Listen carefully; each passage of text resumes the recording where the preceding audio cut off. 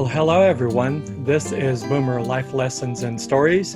And today we're going to be talking about, first, the difference between a manager and a leader. And then we're going to get into the top 5 skills or awarenesses that the manager should have. In a later episode, we'll talk about the leadership skills. Okay, I'd ask you one thing to do for me, and then we'll get started afterwards. If you would, please like, share, and subscribe.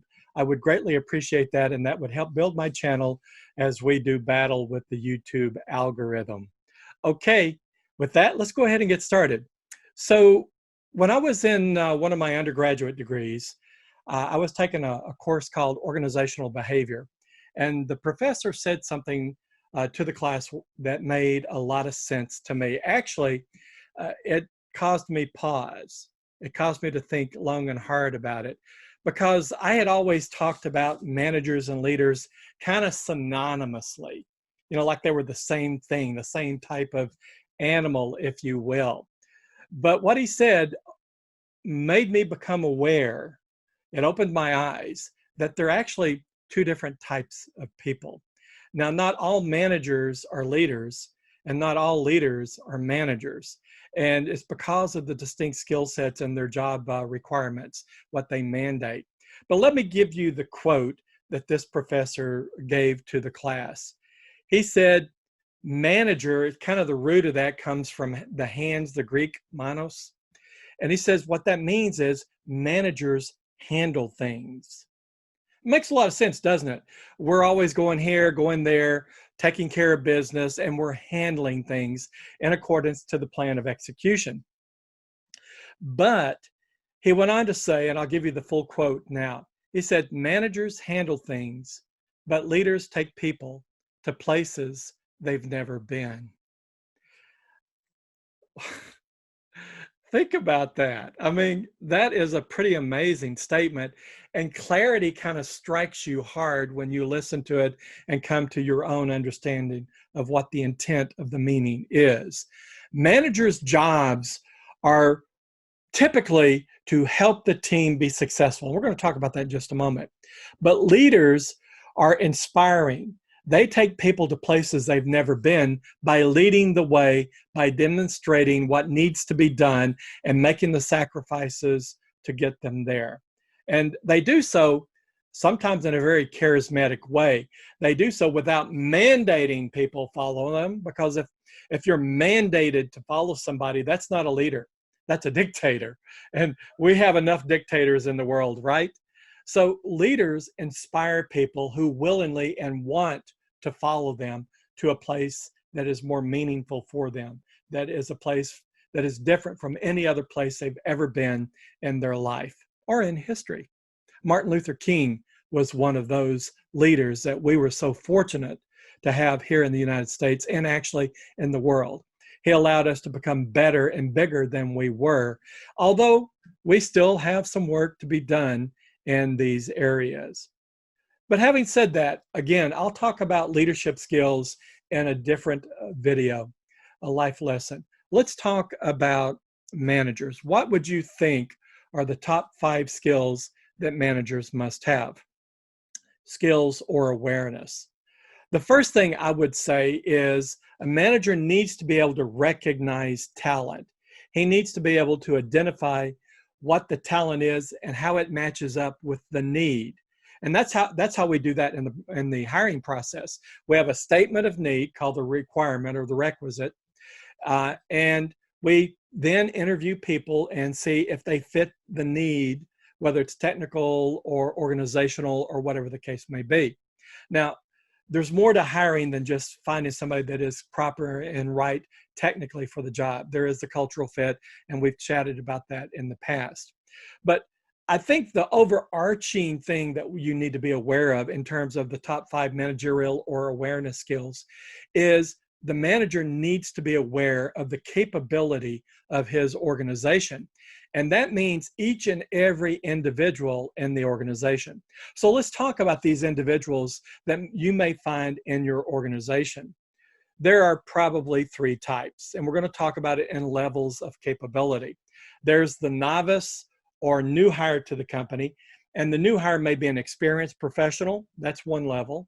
or the new hire may be a college graduate, and that's another level. So for the new hire that's a college graduate, uh, they're expected to know whatever their profession is in terms of if they graduated to be an accountant, they know how to be an accountant, right? If they graduated to be a software computer engineer, they know how to do that, right? The basics. But perhaps they're not so much aware of what it means to work in an organization that has processes and procedures, and they're not aware of the company's technologies, right? So the novice is one level. Then we have something called the senior member. Sometimes we talk about them as being the journeyman, but in this day and age where we're trying to be a little more specific, these guys and gals are the senior members who know how to get things done. They're very good at their job. They're doing their job very, very, very well.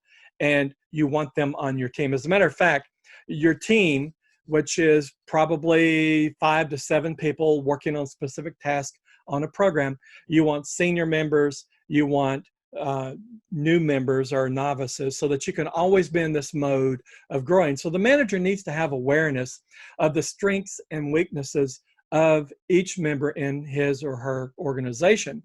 And the last type of employee is the guru, the subject matter expert. These guys and gals, you point them in the direction, I need you to go over there and do X. And then I need you to do it X by such and such time. And then you forget about it. Now, that's not being a bad manager, right? You go and check maybe once a week to see how things are going, see if they need anything. But these subject matter experts, these gurus, are going to be able to take care of business. And they're of such a caliber that if they find that they have a need, they're going to come back proactively to you and discuss it with you.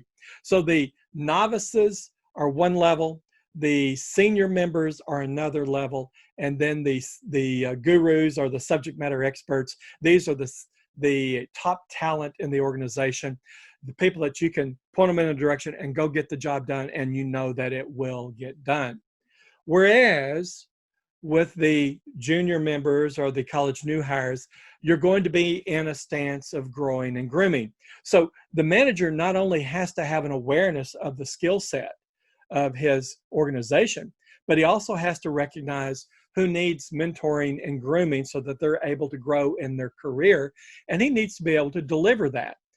Or if he's deficient in some of those skill areas, he needs to know who in the landscape of people that he works with is able to provide that for his organization.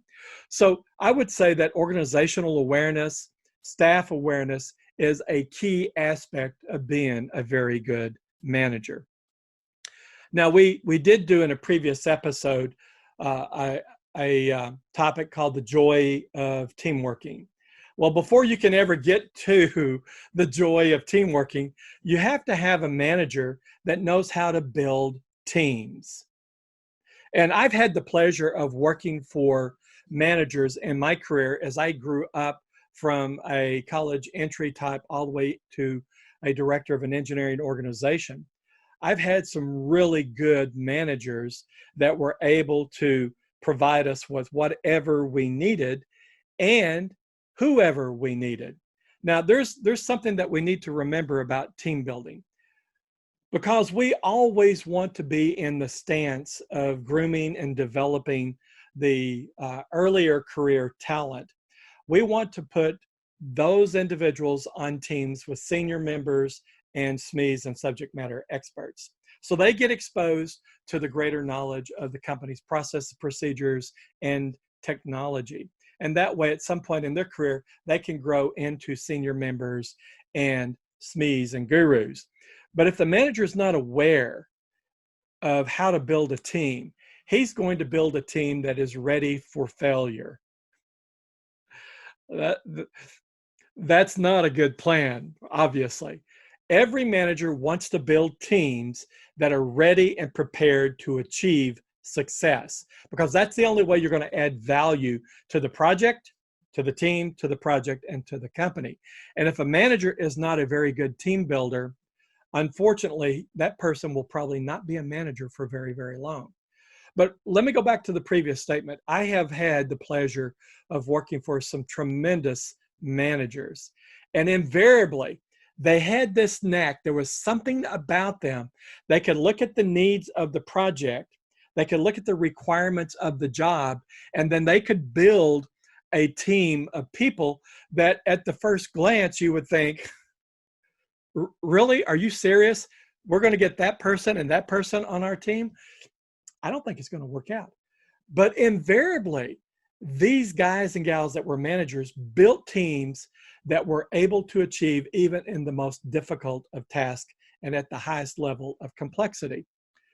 So the managers knew that when they built teams to achieve something for the project, they had to build it with strength on weakness. Strength on weakness. Now, let me say something further about that. In the previous episode, I did talk in the joy of team working. I did talk about putting strength on weakness. Every team member is going to bring a strength to the team, right? And every team member is going to bring their baggage in, right? Unfortunately, oftentimes in corporate America, we'll say, check your baggage at the door. We don't want it coming in. But guess what? We're all human beings. We all have our little hot buttons. We have our little pettiness at times. Well, invariably, some of that creeps into the team working environment. Well, team to build a proper team, you want to put strength on weakness. You may have somebody that is a great technologist who knows how to code even some of the most difficult algorithms, but you have somebody that's brilliant at fully testing against the requirements. So you have strength on strength in these two different areas, but the guy that's able to create a test plan is not very good at coding. And the guy that's great at coding is not very good at creating test plans. So you have strength on weakness, which is ideal. Now, let me say this. There are times when you need to build a team that is strength on strength. Those teams are called the A team. And the A team is brought in typically when a program is in great stress. People are behind schedule. They're not meeting the requirements. And so the managers and leadership in the company has to bring in the top talent onto the program and put them on the team. So that's strength on strength. And then these guys and gals, the strength on strength, the A team is able to achieve even in the most difficult of times. These guys and gals typically represent the top 5, top 10% of the organizational talent, okay? But by and large, when you create a team for a program, you're not getting strength on strength. You want strength on weakness so you can always be developing your team members, right? So that anybody that has a strength in this area, say somebody's not a very good scheduler or can't create plans, you put them with a great person that knows how to create a schedule of activities that has its dependencies called out, and he knows or she knows what the critical path is. And because of that, through the discussion and the statusing, these other members who are not very good at planning kind of grow as team members because they're rubbing shoulders against the experts or the strengths on the team. So strength on strength, only in crisis. Strength on weakness typically is what a manager will do in building a team. Now, what else does the manager need to be able to do? What type of skill should he or she have beyond being aware of the team, being the skill set in the organization, being aware of how to build a team, and then empower the team? The other aspect is communication. Managers need to communicate concisely and precisely, because I have been in meetings early in my career where managers, senior managers, directors, and VPs have made off-the-cuff statements. Now, in their mind, they were just talking about something that was a possibility, but never intended to be given as a direction. But guess what? The team took the direction, and next week in the status meeting, they were statusing how they had accomplished or the work they were doing in that direction. And the director, the vice president, whatever level they were at, said, no, I never told you to do that. But yes, they did by being careless in their communication. So as you rise up in your career, it becomes critical for you to communicate precisely and concisely. If you don't, then you're going to be given some misdirections or miscommunications or misguidances, whatever you want to say to your team members, and they're going to waste time and effort, and that is money out of profit. And the worst thing that you can do as a team is to cause the project to debook profit. Profit has already been claimed for previous activities, but if you add negative value and there's not any money laying around to pay for the extra work that has been created by somebody that was miscommunicated to and went off and did something not to the plan, then the only recourse they may have is to debook profit, and that ripples all the way up to Wall Street, right? So that's not a good thing. So managers have to be able to communicate precisely and concisely, as well as all the team members. You as an early career type, or maybe you're not out of college yet, or maybe you're in the middle career and you're trying to get into that career track that will head in the direction that you want to be. Learn how to communicate precisely and concisely. And that also means knowing when not to say anything. I've actually been in meetings with my immediate engineering supervisor.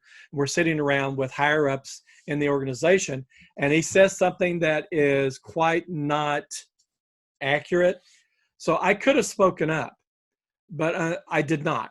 And the reason is I didn't want him to look badly in front of the higher ups, the directors, the vice president, so forth. So I wrote him a note right there on the table, slid it over. He glances down, he immediately recovers and proceeds down the right path. No harm, no foul, okay? So you need to know how to communicate precisely and concisely, but you also need to know when not to say anything. I had a boss tell me one time, superb individual. He said, Ron, you know, you can pretty much say anything you want, but sometimes it's not prudent to say so. Maybe it's not prudent to say so at all. Maybe it's not prudent to say so at that time in that venue. Maybe there's a better place to say it. But what he was telling me was that you need to think about what you're getting ready to say, because if you think about it longly and deeply, you'll know that you can say it or you can't say it. The filter is, if it adds negative value, you don't want to say it. You want to give it some more thought. But if it's right and proper for the meeting, for the venue, and for those present, then you go ahead and communicate your thoughts. So communication is a skill set that managers absolutely need to have. Now, number 4 is something that I've already kind of alluded to.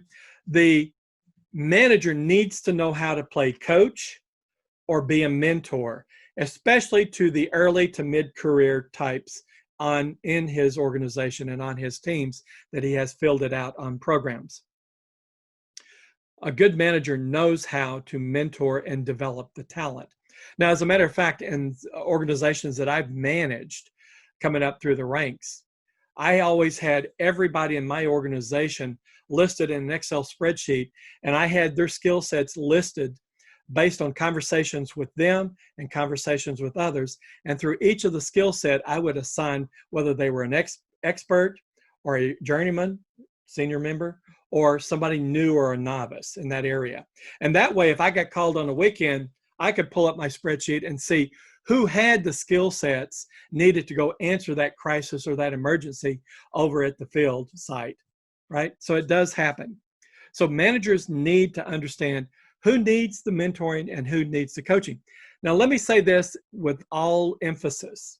A manager is not the expert in everything.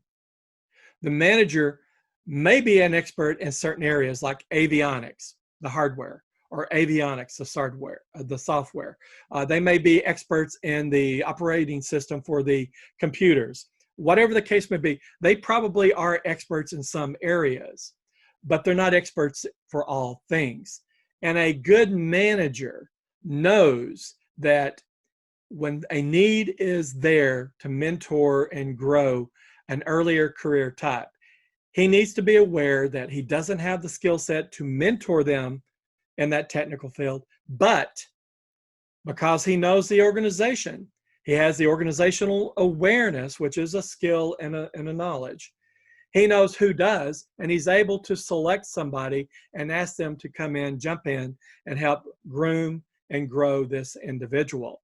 One of the things that helped me tremendously in my career is even as an, excuse me, as an individual contributor, before I got into management, I knew who the experts were. And I had developed a relationship with the experts. And if something came up on the project that I was just banging my head up against and could not make progress, I would pick up the phone or go to the office of my colleague who was the expert, and I would say, hey, do you have a moment? I'd like to ask you a question. And you'll be amazed at the willingness of these guys and gals, these gurus, these subject matter experts, their willingness to help you. And invariably, I was good at what I did because I was good with certain skills, but I also knew who the gurus and the subject matter experts were. That's a very critical skill for a manager to have as well. Know when you don't know enough, and then call in the SMEs, the experts, and let them help the individual, the team, or you as a manager. Now, there's another thing that a manager needs to have in terms of top skills. He needs to be able to manage the path. Now, that might be something new for you, the idea that the manager has to manage the path. Let's go back to the quote that I started out with on this episode. I said the quote that was given to me in one of my classes I took, which was really profound. There's that word again. The quote was, managers handle things. They knock down obstacles, but leaders take people to places they've never been. So this idea of managers handling things and knocking down obstacles, well, where do those obstacles occur? Those obstacles occur in the course of doing the business on the team per the schedule. There's a path. There are interim deliveries, and then there's customer deliveries. And if you're not making your deliveries because obstacles are popping up and nobody's out there running interference for you, knocking down the obstacles, whether it's a lack of tools, a lack of money, a lack of time, whatever the case is, and notice a lack of understanding of requirements, you have three baselines: cost, schedule, and technical. That manager should be empowering the team. That's one of his primary goals. Empower the team so that he is able to ensure that the team has everything that they need to be successful on the path toward completion and delivery. So the manager has to know the path. The manager has to be able to recognize the obstacles, understand the obstacles, and then either overcome or knock the obstacles out of the way by providing additional resources, tools, processes, anything that the manager can do to empower the team. And I got to tell you, at my level, before I retired, I was a director of engineering. I would go out and work hand in hand with my team that was out in the field to ensure that they were successful. Because here's that saying, and you heard me say this in a previous episode: if you succeed but the team fails, you fail. But if you fail and the team fails, that's the worst case. What you want to do is you want to succeed so that the team has a chance of succeeding. So I don't care what level you are, whether you're an individual contributor assigned to a team, you're a team lead, you're a manager over the team, you're a project manager or director or a vice president. You're out there to empower the team, because if the team doesn't do their job, you're not going to be able to do your job. And if the team is not successful in achieving, you're not going to be successful in achieving. So that is one of the primary roles of a manager. It's to empower the team by knocking down the obstacles and providing the resources needed for the team to be successful. I think that is it in a nutshell. If you kind of think about these 5 areas that makes a manager a very good manager, and you practice acquiring knowledge and skill and capability in these areas, you're on your way to be an exceptional manager. And your team is going to be better for it, and your team is going to appreciate what you've done for them. And with that, guys and gals, all my best.